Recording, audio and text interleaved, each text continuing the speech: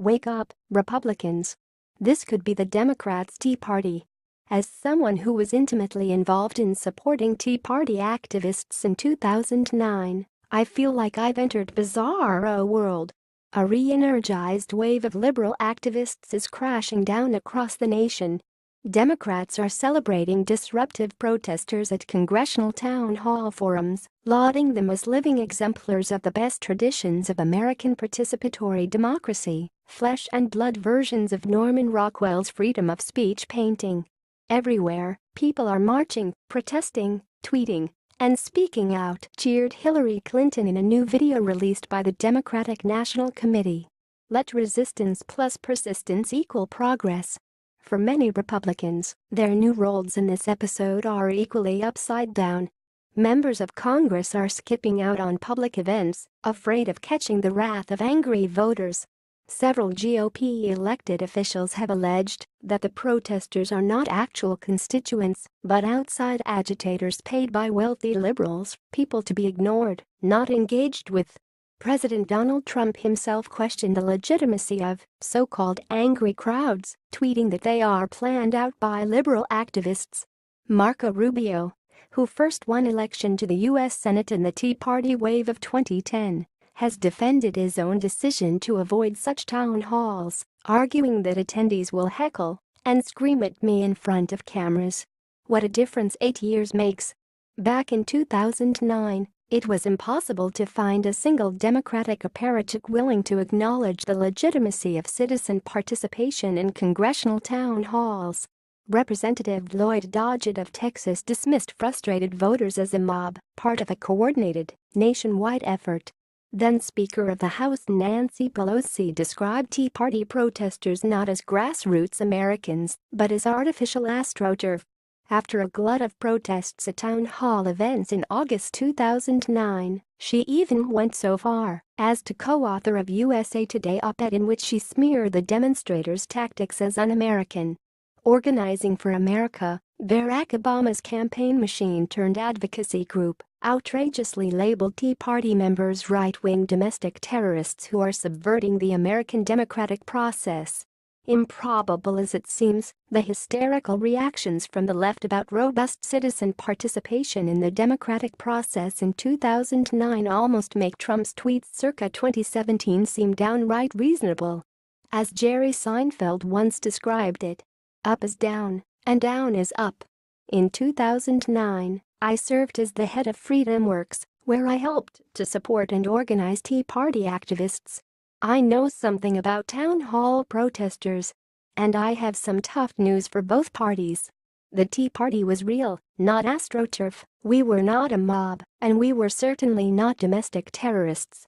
Likewise, the Women's March in January and the current flood of town hall protests are equally real and should not be dismissed or diminished. Citizens exercising their power, as long as they don't hurt people or infringe on others' rights, is always a positive thing. Indeed, it's one of the primary tools Americans have to hold the government accountable. If it looks like chaos, I call it beautiful chaos. We are in the middle of a political paradigm shift that is giving access to knowledge and power back to end users. Citizens have more say today, and social media and other technologies make it easier to educate others about the issues and organize. Welcome to the new normal in American politics. Today's progressive town hall protesters follow in a tradition of disrupting the old top-down status quo, one that stretches back across the political spectrum, ranging from Howard Dean to Ron Paul to the Tea Party, and yes, even Donald Trump. That said, there are some important differences between Tea Party and today's activists, and I think these distinctions will ultimately undermine the ability of today's protests to evolve into a social movement with real electoral consequences. First, this movement feels strictly partisan, and many of the groups supporting the protesters have strictly partisan goals. Indivisible, the group bootstrapping a training manual on town hall disruption based on Tea Party tactics, is helmed by Democratic operatives. Several of the authors are, in fact, former staffers of Doggett.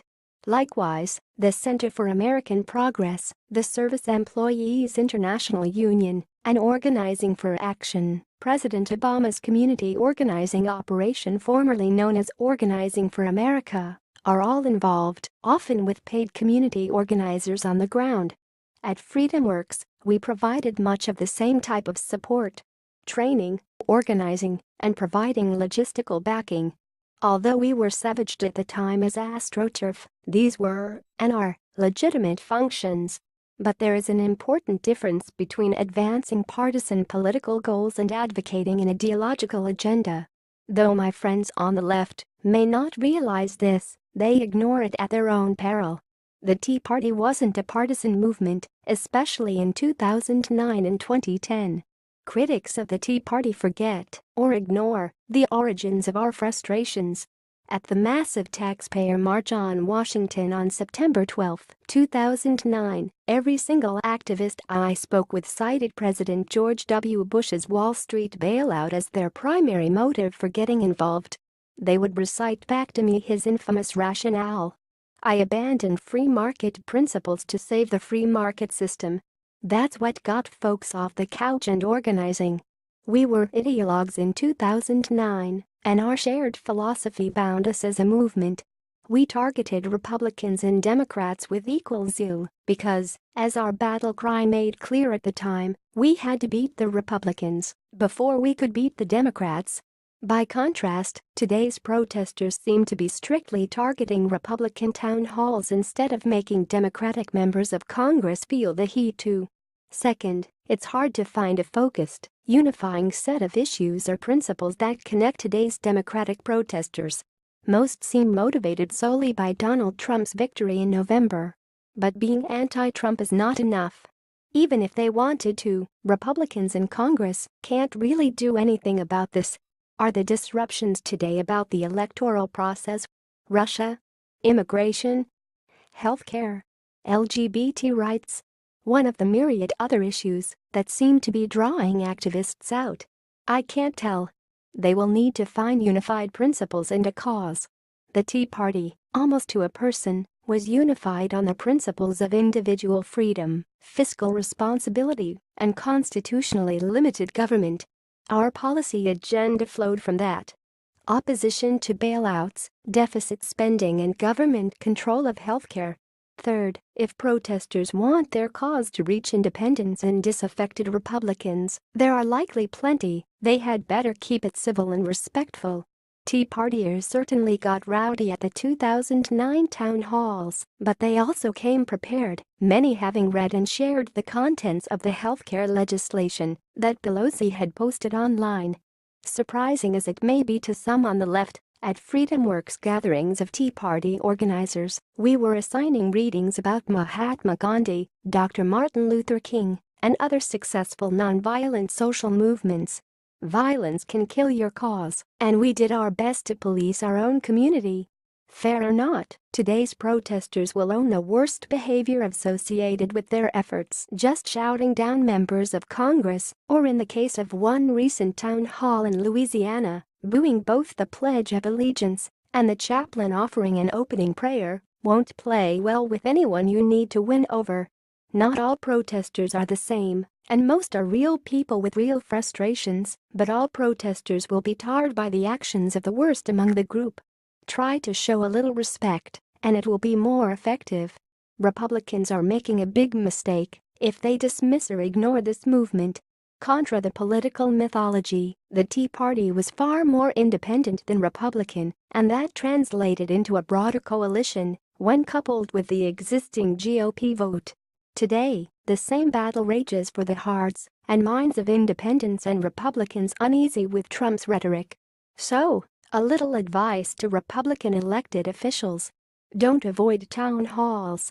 In fact, schedule more of them, like Representative Justin Amash has done. Listen. Hear your constituents. Defend your positions. Don't abandon the promises you made to voters in the election. If needed, provide for security at the event so that all citizens feel safe. Set up a system where everyone gets a chance to speak and to hear your response. Answer Democratic engagement with more Democratic engagement. I realize how difficult this all may be in practice, but I agree with former Democratic Representative Gabby Giffords. Have some courage.